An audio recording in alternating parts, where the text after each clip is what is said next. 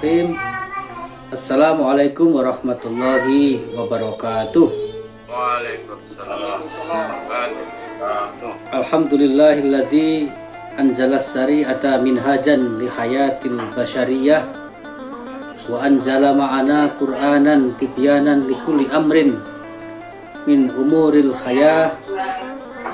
Wassalatu wassalamu ala asrafil anbiya wa khatamil mursalin a'lamun nas bimaqasidis syariah nabiyina Muhammad wa ala alihi wa ashabihi wa man tabi'ahu ila yaumil qiyamah.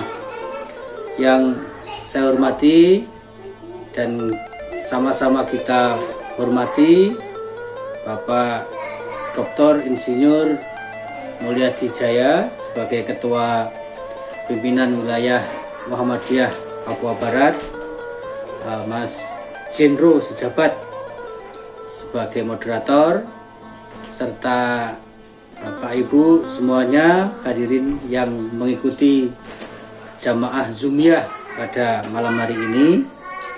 Tentu saya ingin menyampaikan rasa hormat yang setinggi-tingginya atas penghargaan yang disampaikan kepada saya pada malam hari ini.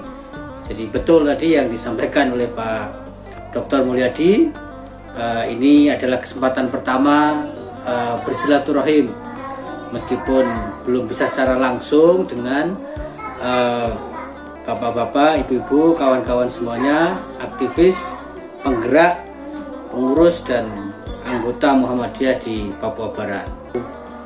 Saya terkesan lagi dengan informasi yang disampaikan oleh Pak Mulyadi Jaya, meskipun sebenarnya sudah sangat sering mendengar, itu sangat sering mendengar, terutama dulu ketika mewakili UMM, saya ditunjuk menjadi apa ya istilahnya, pokoknya koordinator untuk menyusun AIK untuk non Muslim, itu AIK untuk non Muslim. Saya tidak ingat persis dari Universitas Papua yang mana, tapi waktu itu sepertinya ada salah satu kawan dosen dari Papua yang sempat berdiskusi dengan kami di UMM, karena itu tadi secara teori mungkin kami tahu, kami bisa, tetapi secara pengalaman nyata tentu teman-teman di Papua punya pengalaman yang lebih kaya daripada kami di, katakanlah di Malang sebagaimana yang kita alami. Nah, saya ingin mengawali topik menarik ini. Jadi tadi pengantar dari Mas Jendro saya kira sangat menggelitik, dan kita akan beranjak dari situ. Bahwa sulit membayangkan 10 tahun yang lalu orang bisa masuk TV, misalnya begitu ya, ditonton di mana-mana. Tapi sekarang bukan hanya bisa, Mas, kewajiban. Kalau kita ini menjadi pengajar dalam situasi seperti ini, apa yang bisa kita lakukan? Kalau tidak punya keterampilan digital dan virtual, ya kita mungkin sudah bingung mau berbuat apa. Sehingga bukan lagi bisa, tetapi bahkan seperti menjadi kewajiban.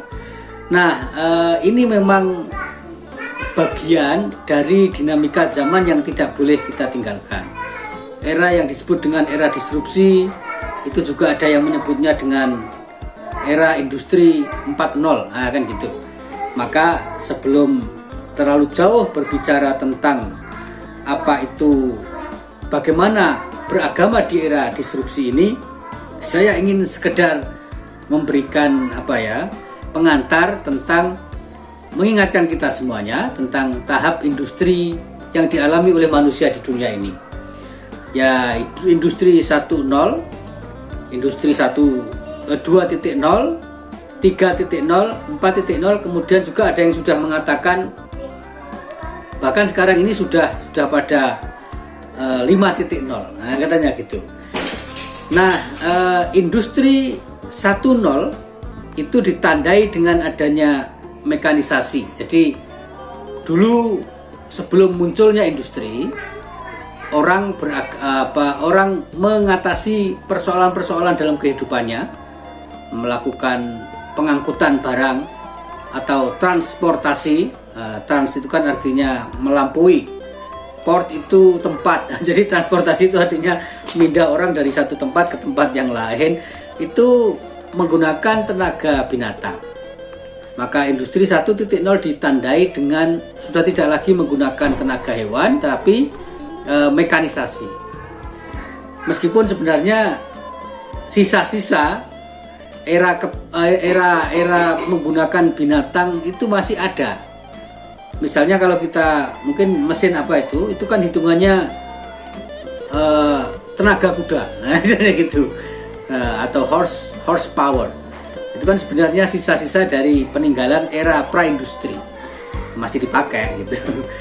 Lalu ada mekanisasi, ditandai orang mulai bisa menggunakan air sebagai trigger, sebagai pembantu mengatasi kehidupan, menghasilkan tenaga, maka ada tenaga air. Lalu muncul tenaga uap, makanya kapal. Nah, itu ada istilah kapal api, itu kan sebelum ditemukannya kapal mesin dalam arti industri seperti yang kita lihat sekarang, karena uap. Nah, kemudian bergeser itu kira-kira tahunnya itu ya 1784, berarti abad ke-18 akhir ya, 1784. Kemudian era kedua, industri 2.0 itu ditandai dengan produksi massal. Jadi muncul pabrik, kemudian juga elektronisasi kehidupan. Itu mulai 1870. Ya, berarti ini memang European centric gitu ya. Jadi cara pandang yang digunakan untuk melihat industri ini memang Eropa. Karena mulainya 1700-an, itu kan berarti era di mana Eropa mulai menjadi kekuatan memimpin dunia yang sebelumnya dipegang oleh Islam. Kemudian industri ketiga itu pada tahun 1969 mulainya, 3.0 itu ditandai dengan adanya komputer dan otomatisasi kehidupan. Kalau kita lihat misalnya film-film Hollywood, itu kan kita bisa menyaksikan bagaimana komputerisasi dan otomatisasi dalam kehidupan manusia itu terjadi ya. Nah, itu bisa kita lihat gambaran itu meskipun film, tapi sebenarnya juga menggambarkan realitas. Makanya saya satu ketika pernah mengikuti satu kursus singkat di University of Massachusetts, Amerika Serikat. Itu kami pernah mendapatkan satu materi tentang film, politik, dan masyarakat. Dan profesor yang mengajar kami itu menyatakan salah satu cara memandang masyarakat Amerika itu ya memang dengan film, terutama film sebagai alat propaganda ideologi. Maka lihat itu film-film Hollywood, nanti di mana-mana orang Amerika pasti menang. Entah itu perang dengan katakanlah Eropa Timur, Eropa Barat, dengan Afrika, dengan mana-mana pasti menang. Kemudian yang terakhir industri 4.0 yang sekarang ini kita alami ditandai dengan otomatisasi dan pertukaran data. Jadi itu mulai hari ini ya. Yang lebih khusus lagi kemudian dicirikan oleh setidaknya 5 hal, yaitu sistem cyberfisik. Cyberfisik itu artinya ya hasilnya fisik, tapi prosesnya tidak melibatkan fisik secara langsung. Ya kalau kita membaca misalnya buku yang ditulis oleh Profesor Renal Kasali, itu di situ diceritakan tentang aneka ragam perubahan, misalnya tentang transportasi, taksi. Kita bayangkan dulu manggil taksi itu gimana? Harus menelpon ke operator, kemudian operator menghubungi sopir melalui radio, lalu nanti memberi kabar kepada kita nunggu sekian lama, tidak ada kepastian karena tidak tahu. Tapi semuanya terjadi. Nah sekarang ini enggak, kita pesan makanan, kita belanja, kita semuanya secara fisik memang datang barangnya. Kita pesan transportasi, datang mobilnya, datang motornya. Tapi cara kita memesan adalah lewat dunia siber. Maka itu disebut dengan sistem siberfisik. Kemudian yang kedua adalah Internet of Things. Jadi ya segala-segala internet gitu ya. semua hal dilakukan melalui internet. Sehingga kalau sekarang ini orang tidak menguasai internet itu ya betapa jauhnya ya. Ini ketinggalan yang dialami. Saya ingat persis lulus sarjana dari UMM itu sekitar tahun 99 lah, antara 99 akhir 99 awal 2000. Waktu itu sistem komputer yang bernama Windows itu sedang awal-awal diperkenalkan. Komputer internet juga sedang awal diperkenalkan, sehingga waktu itu bagi generasi yang lebih muda dari saya mungkin tidak mengetahui secara langsung ada namanya warnet, warung internet, nah, misalnya begitu, tidak mengetahui secara langsung. Atau ada wartel, warung telepon, nah, misalnya gitu, itu tidak mengetahui secara langsung. Sehingga karena internet baru diperkenalkan, itu sampai-sampai gagapnya begini. Saya ingat mau ngirim lamaran beasiswa belum bisa lewat email, jadi lewat pos. Kemudian satu ketika mau ngirim tulisan ke koran, itu saya ingat persis kepada seorang teman, saya bilang ke dia, tolong nanti aku pinjam emailmu untuk ngirim tulisan.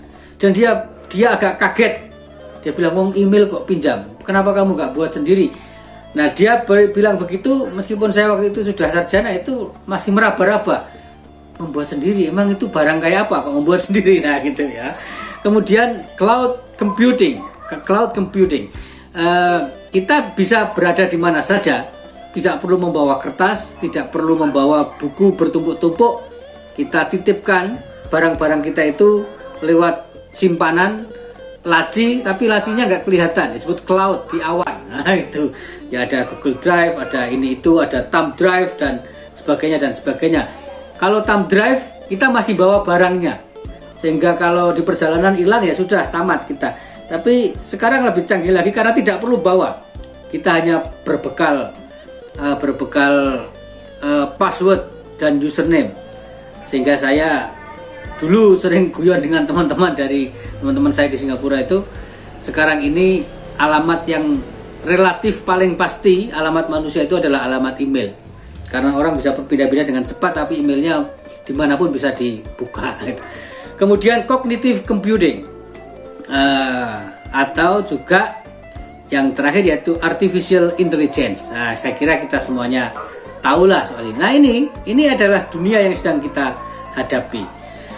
Lalu era industri 4.0 itu ditandai dengan setidaknya 4 prinsip. Ya, pertama adalah interkoneksi antara 3 hal: manusia, mesin, dan aneka peralatan. Saya nggak tahu teman-teman di Papua mungkin juga mendengar ada grup Qasidah itu yang dari Semarang. Nah, itu kan ada nyanyiannya yang menurut saya sangat futuristik. Itu misalnya tenaga manusia banyak diganti mesin, pengangguran merajalela. Manusia tidur berkawan mesin, makan dan minum dilayani mesin. Itu zaman tahun 80-an, itu saya anak-anak mendengar lagu itu, rasanya itu lagu saja pada zaman itu ya. Tapi ternyata saya kok merasa kagum dengan yang menciptakan lagu-lagu itu. Pastilah kalau dia bacaannya tidak banyak, tidak mungkin dia bisa membaca tanda-tanda perubahan zaman yang seperti itu. Dan ternyata sekarang kita menyaksikan interkoneksi antara manusia, mesin, dan aneka peralatan itu betul-betul terjadi dalam kehidupan kita. Sangat sulit kita melepaskan diri dari aneka mesin gitu ya. Nah, kemudian yang kedua, transparansi informasi. Wah, sudah ini kalau sudah menyangkut tentang informasi, ini sangat dahsyat. Sangat dahsyat karena ini peluang tetapi juga sekaligus tantangan. Saya sering membahasakan kita ini dengan informasi pada zaman ini itu ibarat ayam mati di tumpukan jerami. Kalau ada ayam mati karena mencari makan, kekurangan makanan, oke, bisa difahami. Tapi kalau ayam mati di tumpukan jerami, itu something unusual, sesuatu yang tidak wajar. Sesuatu yang tidak wajar. Tapi kita dengan informasi hari ini begitu menurut saya. Dulu kita bingung karena kekurangan informasi. Zaman-zaman apalagi generasi-generasi di atas saya ya. Saya saja ya kalau zaman kuliah dulu untuk komunikasi dengan orang tua ya pakai surat, ngirim uang masih pakai wesel. Kemudian kalau pengen cepet dikit pakai telegram, misalnya gitu. Yang itu sudah nggak terjadi pada zaman ini, dan karena itu konsekuensinya adalah informasi deras mengalir luar biasa. Tapi karena derasnya informasi yang luar biasa itu, kita lalu tidak bisa membedakan mana hak dan mana hok. Nah itu jadi al-hok dan al-haq ini nggak bisa kita bedakan. Nah ini bagaimana pengaruhnya dalam kehidupan beragama, nanti akan kita lihat. Kemudian bantuan peralatan teknis, saya kira tidak usah kita jelaskan terlalu jauh. Lalu desentralisasi keputusan. Ya keputusan itu dulu tersentral, tapi sekarang tingkat kemandirian manusia semakin tinggi. Oleh karena bisa jadi oleh karena adanya dukungan-dukungan peralatan, tapi juga bisa jadi karena pergaulan atau karena mudahnya berinteraksi dengan sesama manusia di berbagai dengan aneka ragam perbedaan, baik identitas, latar belakang dan lain-lain, itu menjadikan proses pendewasaan terjadi dengan cepat, sehingga proses desentralisasi keputusan itu terjadi tidak hanya pada level institusional, tapi juga pada level personal atau pribadi gitu.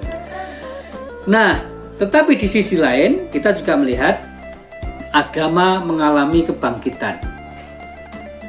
Betulkah demikian? Saya kira ini yang mengagetkan banyak sosiolog. Saya ingin mengutip seorang sosiolog dari Amerika. Dia pernah meramalkan bahwa semakin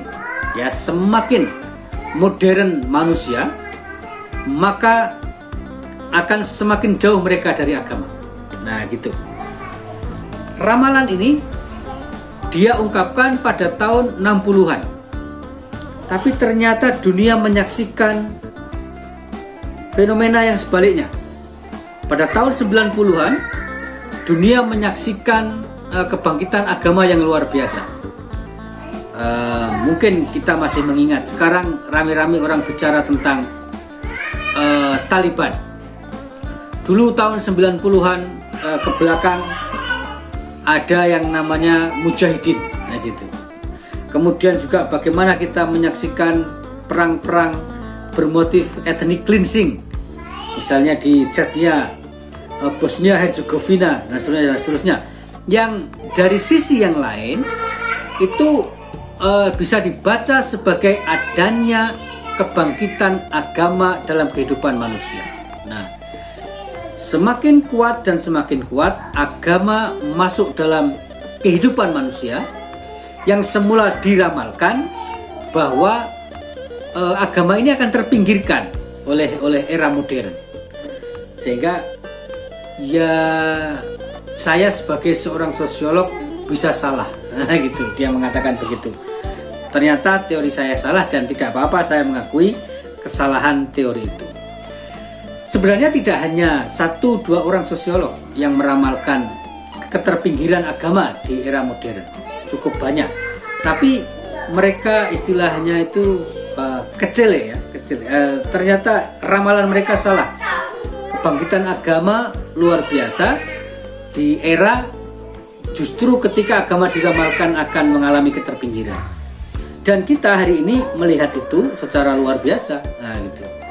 Peran agama semakin meningkat baik dalam kehidupan sosial, politik, dan ekonomi. Baik itu agama dalam arti yang sesungguhnya, maupun maaf kalau saya katakan agama sebagai topeng untuk kepentingan-kepentingan tertentu semakin banyak. Sehingga kadang-kadang kita ini sulit membedakan antara agama dan tafsir atas agama. antara Quran dan tafsir di atas Quran. Kalau bahasanya Profesor Abdul Mukti, Sekretaris Umum Pimpinan Pusat Muhammadiyah itu, Al-Quran itu wahyu, tafsir terhadap Al-Quran itu ro'yu. Tapi karena adanya kebangkitan agama yang luar biasa, sampai-sampai kadang-kadang orang tidak bisa membedakan mana wahyu, mana ro'yu, mana Quran dan mana penafsiran terhadap Al-Quran. Nah, begitu.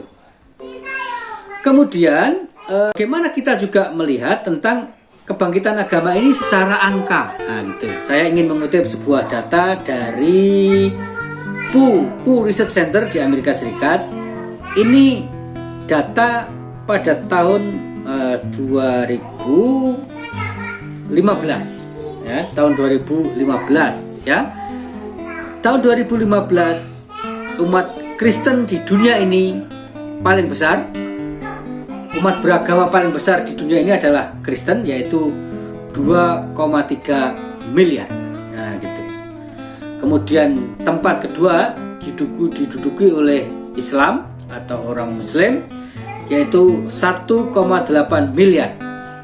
Lalu orang yang istilah bahasa Inggrisnya itu unaffiliated, tidak punya agama, itu tidak mengikatkan diri pada agama tertentu, 1,2 miliar, ya. Kemudian Hindu 1,1 miliar. Orang Buddha, penganut Buddhisme 0,5 miliar. In billion kan, miliar berarti, ya. Kemudian agama lain-lain 0,4. Lalu Yahudi 0,01. Betapa sedikitnya. Itu. Tapi yang menarik adalah ada seorang penulis dari Amerika namanya Diana Egg. Diana Egg ini menulis tentang judul bukunya itu New Religious America. New Religious America, dia menggambarkan ternyata Amerika itu makin hari makin religius dalam konteks agama. Makin banyak orang percaya kepada agama. Dan di tengah situasi itu lalu Islam dikatakan sebagai the second largest emerging religion, agama terbesar kedua yang mengalami perkembangan, atau agama yang mengalami perkembangan tercepat kedua di dunia ini setelah Kristen. Nah, itu. Tapi yang menarik adalah tahun 2015 ini umat Kristen secara persentase di dunia jumlahnya adalah 31,2%, Muslim 24,1%, unaffiliated tadi, orang yang tidak mengikatkan diri pada agama tertentu 16%. Nah, ini meningkat sebenarnya. Nah, gitu. Poinnya di situ. Meningkat dari tahun 2000. Karena pada tahun 2000 umat Islam di dunia ini hanya 19,6% dari seluruh penduduk di dunia. Lah, tahun 2015 24,1. Berarti persentase naiknya tinggi. Memang secara jumlah masih kalah dengan Kristen, karena pada tahun 2000 Kristen itu berapa ini? 33% itu, ya. Tapi pada tahun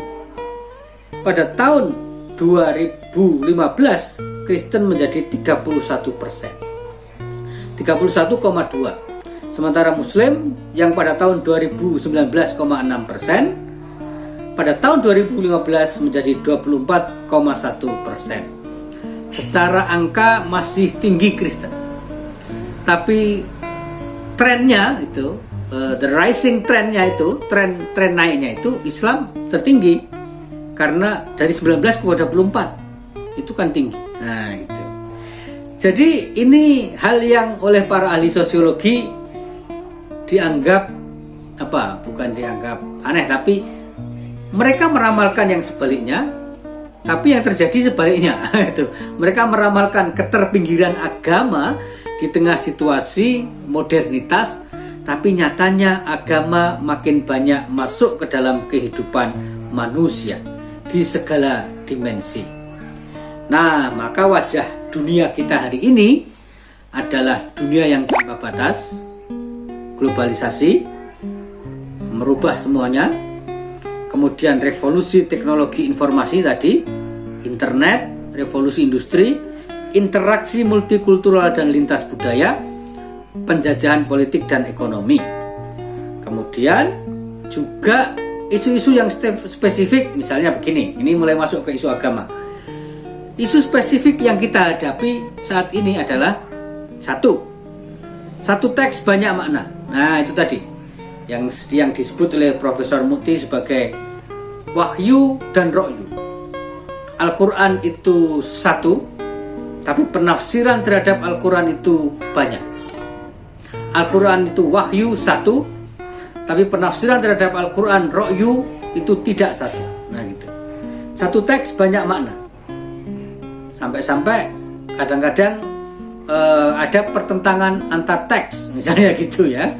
Makna teks itu bertentangan satu sama lain. Nah itulah lalu Muhammadiyah kemudian mendirikan satu majelis namanya Majelis Tarjih.